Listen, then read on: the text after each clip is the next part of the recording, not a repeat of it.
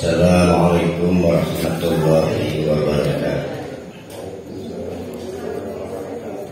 Alhamdulillahirabbil alamin.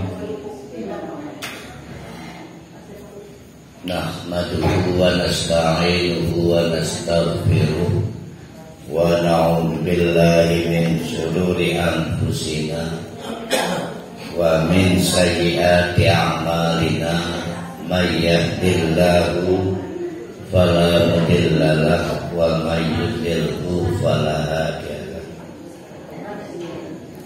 Asyhadu an la ilaha illallah wa asyhadu anna Muhammadan abduhu wa rasuluh la nabiyya ba'da. Mari kita bersyukur kepada Allah masih diberikan kesempatan oleh Allah dapat bertransaksi dengan Allah, yaitu transaksi yang dijamin tidak ada ruginya. Sedang transaksi lainnya mungkin saja berakibat kerugian. Untung belum tentu, rugi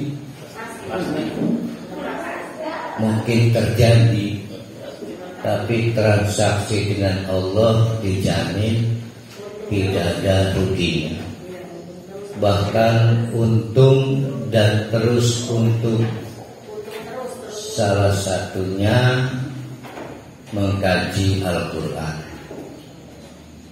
Transaksi-transaksi lain yaitu sholat, zakat.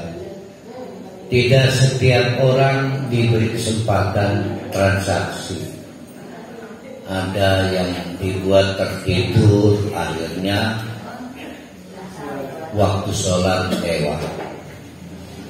Ada yang dibuat sibuk sehingga bentrok, harus memilih mau kondangan atau pengajian.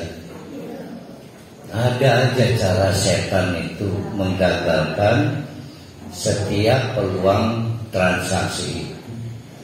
Bahkan kejam, kita kadang harus milih senam apa pengajian, arisan apa pengajian.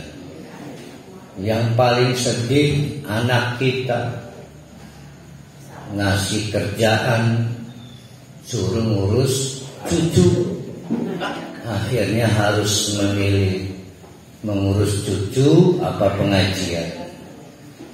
Padahal waktu kita sebagai orang tua sudah semakin pendek, butuh banyak bekal. Tapi anak-anak kita ini tidak punya rasa iba pada kita.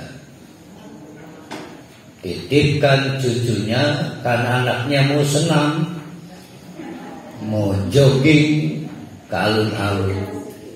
Akhirnya peluang kita pengajian hilang.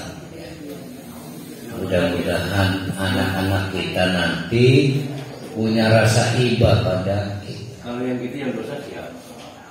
Anak apa? Tidak beruntung anak kitanya yang kurang iba. Ada lagi punya mobil 2 anak. Kitanya orang tua pengen pengajian, hujan gerimis, nggak punya rasa iba lagi, nggak mau ngantar kita. Macam-macam lah ya. Kita ini orang tua kadang-kadang tidak beruntung. Maka kalau ada kesempatan dapat bertransaksi dengan Allah, jangan disia-siakan. Jangan meniru perilaku orang munafik. Kadang taat pada pimpinan, tapi tidak pernah respect. Maka wajahnya masam, kendati pun ketika senyum. Taat tepat waktu, padahal dengan hati menggerutu. Maka orang-orang munafik terlihat tetap sholat padahal hatinya malas. Orang-orang munafik juga terlihat tetap infak padahal hatinya berharap dunia. Orang-orang munafik juga tetap memaksakan diri kumpul di majelis padahal khawatir kehilangan teman. Jadi kita itu sudah saking inginnya beramal tapi masih di tengah-tengah godaan bersikap munafik. Mudah-mudahan kita terhindar dari kriteria-kriteria orang-orang munafik.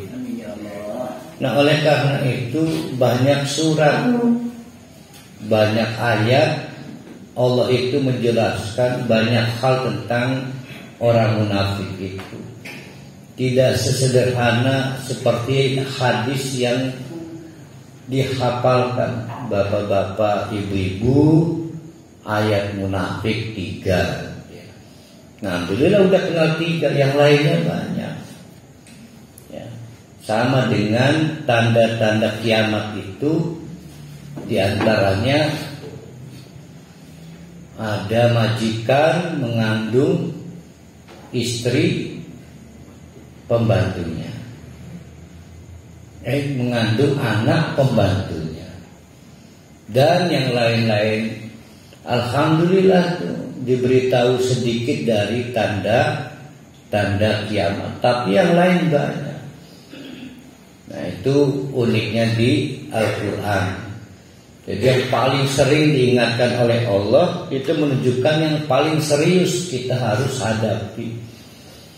Apa yang paling sering? Yaitu soal kiamat. Itu sering berulang kali.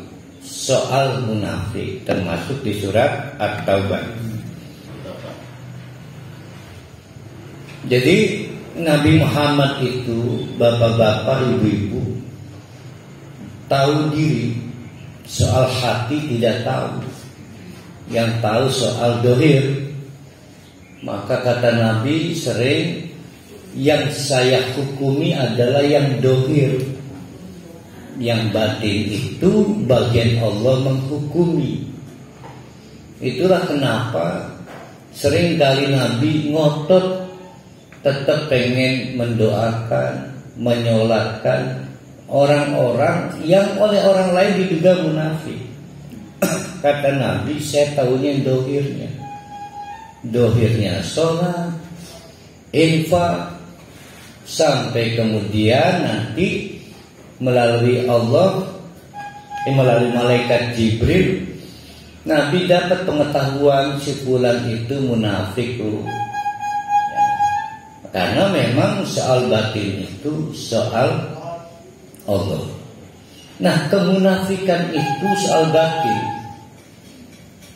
Karena secara amal dohir, apa bedanya dengan kita? Dengan para sahabat, dengan orang-orang yang memang ahli surga. Sholat juga mereka. Zakat juga mereka. Infak juga mereka. KTP sama, titik 2 Islam. Karena tidak ada Islam taat, Islam munafik, nggak ada Islam.